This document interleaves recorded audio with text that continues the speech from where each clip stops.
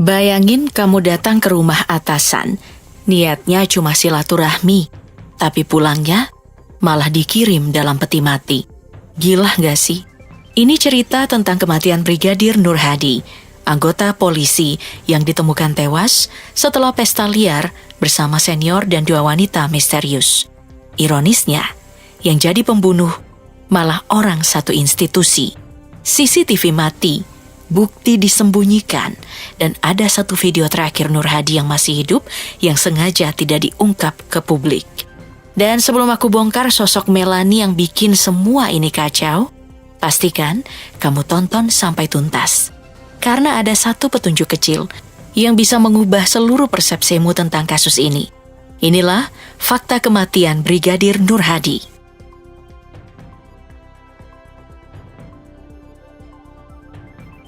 Kasus kematian Brigadir Muhammad Nur Hadi bermula dari pertemuan yang tampak biasa namun berujung tragis. Pada 15 April 2025, seorang perempuan muda bernama Misri Puspitasari dihubungi oleh Kompol Imade Yogi Purusa Utama lewat Instagram dan WhatsApp. Yogi, atasan Nur Hadi di lingkungan Polda NTB, mengajak Misri untuk menemaninya liburan santai ke Gili Trawangan dengan bayaran 10 juta rupiah per malam. Misri menerima tawaran itu. Setibanya di Lombok, ia dijemput oleh Nur Hadi yang disebut hanya sebagai sopir Yogi. Mereka pun menuju Villa Tekek, lokasi pesta yang ternyata telah diisi oleh 3 orang. Kompol Yogi, Ibda Haris Chandra, dan seorang perempuan lain bernama Melani Putri, teman wanita yang dibawa Haris. Malam itu, pesta dimulai dengan konsumsi alkohol, obat penenang Riklona, dan ekstasi jenis Index. Obat-obatan itu dibawa Yogi dan dibeli Misri dari Bali. Semua yang hadir, termasuk korban, dilaporkan dalam keadaan fly dan kehilangan kesadaran. Sekitar pukul 19.30 waktu Indonesia Tengah, situasi mulai memanas.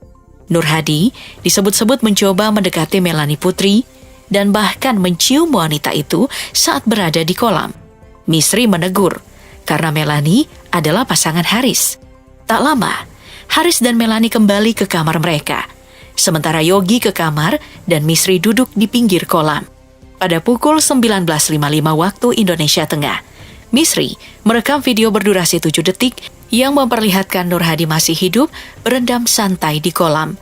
Gumamamnya tak jelas, namun kondisi fisiknya tampak sehat. Inilah rekaman terakhir korban hidup. Namun setelah itu, sekitar pukul 20.00 hingga 21.00 waktu Indonesia Tengah, terjadi sesuatu yang misterius dan krusial. Dalam rentang waktu 1 jam itu, tidak ada satupun rekaman CCTV yang aktif di villa. Semua aktivitas tidak tercatat. Inilah waktu yang diduga menjadi momen terjadinya pencekikan terhadap Nur Hadi. Apalagi, hasil otopsi menunjukkan tulang hyoid korban patah, indikasi dicekik kuat. Keterangan versi Misri menyebut, ia sempat masuk kamar mandi selama lebih dari 20 menit dan tak mengingat apapun setelahnya. Sedangkan versi pengacara Yogi mengatakan, Misrilah yang pertama kali melihat Nur Hadi tenggelam di dasar kolam. Dan Yogi yang mengangkat tubuh korban serta melakukan CPR. Sebelum akhirnya, korban dinyatakan meninggal di klinik pada pukul 22.15 waktu Indonesia Tengah.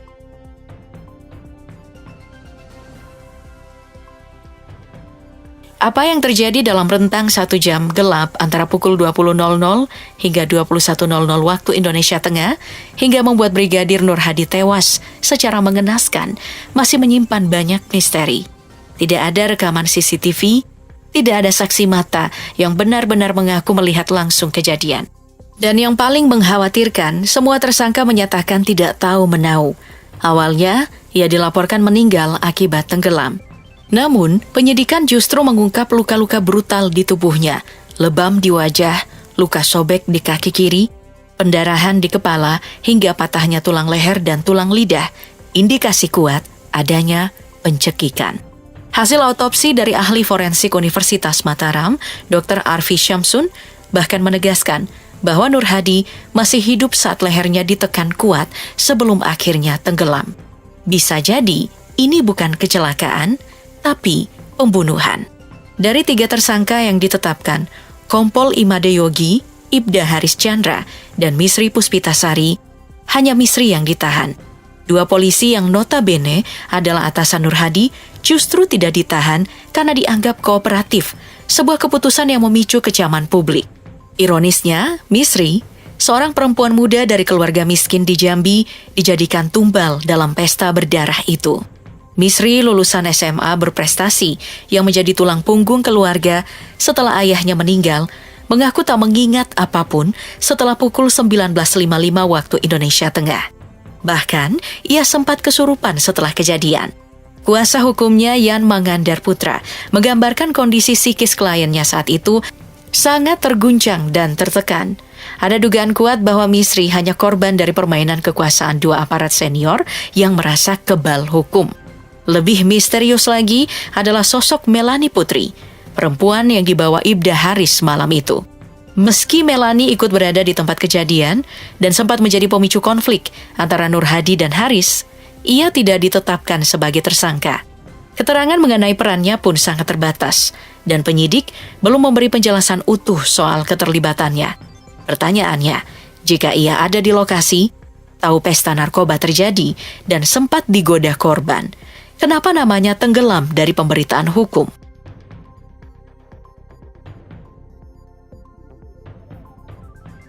Meski pengakuan dari para tersangka masih minim dan penuh kejanggalan, bukti-bukti forensik dan kronologi kejadian sudah cukup menjelaskan bahwa kematian Brigadir Nur Hadi bukanlah kecelakaan biasa.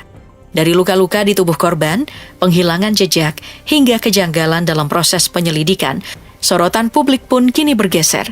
Bagaimana proses hukum dijalankan dan siapa yang benar-benar akan bertanggung jawab? Kompol Imade Yogi Purusa dan Ibda Haris Chandra sudah jelas-jelas ditetapkan sebagai tersangka. Bahkan telah dijatuhi sanksi pemberhentian tidak dengan hormat alias PTDH. Namun hingga pertengahan Juli 2025, keduanya belum ditahan. Alasan Polda NTB, karena mereka belum mengakui perbuatannya dan dianggap tidak berpotensi melarikan diri atau menghilangkan barang bukti. Padahal, dalam kasus pembunuhan, penahanan tersangka umumnya merupakan langkah standar demi kelancaran penyidikan.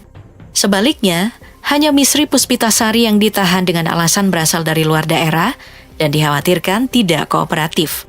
Langkah ini menuai kritik tajam, terutama dari Aliansi Reformasi Polri dan anggota Kompolnas serta DPR RI yang mulai angkat suara. Ketimpangan dalam perlakuan hukum ini dianggap mencerminkan upaya perlindungan institusional terhadap oknum aparat. Pasal 351 ayat 3 dan Pasal 359 KUHP menjadi dasar jerat hukum terhadap ketiga tersangka dengan ancaman hukuman maksimal 5 tahun penjara. Namun, banyak pihak menilai pasal tersebut terlalu ringan untuk kasus yang diwarnai dengan unsur penyiksaan dan dugaan pembunuhan berencana. Terlebih, tidak adanya upaya serius menahan pelaku utama yang notabene perwira tinggi, menguatkan persepsi publik bahwa kasus ini sedang diarahkan agar cepat didiamkan. Tekanan juga datang dari keluarga korban, khususnya sang mertua, Sukarmidi. Ia meyakini menantunya dibunuh secara terencana, bahkan kemungkinan disetrum. Sukarmidi mengungkap bahwa sebelum kejadian, Nur Hadi tampak gelisah dan sempat menerima telepon misterius. Ia juga menyebut ada upaya menutupi luka-luka jenazah serta dugaan penghilangan barang bukti oleh aparat sendiri. Ini bukan hanya kasus kriminal, tapi soal integritas institusi penegak hukum, tegasnya. Sukarmidi mengaku sempat didatangi 7 anggota polisi yang memintanya tidak memperkeruh suasana. Bahkan menyebut ada tekanan dari Mabes Polri untuk segera menyelesaikan kasus ini. Namun keluarga Nur Hadi menolak tunduk. Mereka menuntut pengusutan tuntas, termasuk membuka kemungkinan adanya pelaku lain di luar 3 tersangka yang sudah diumumkan.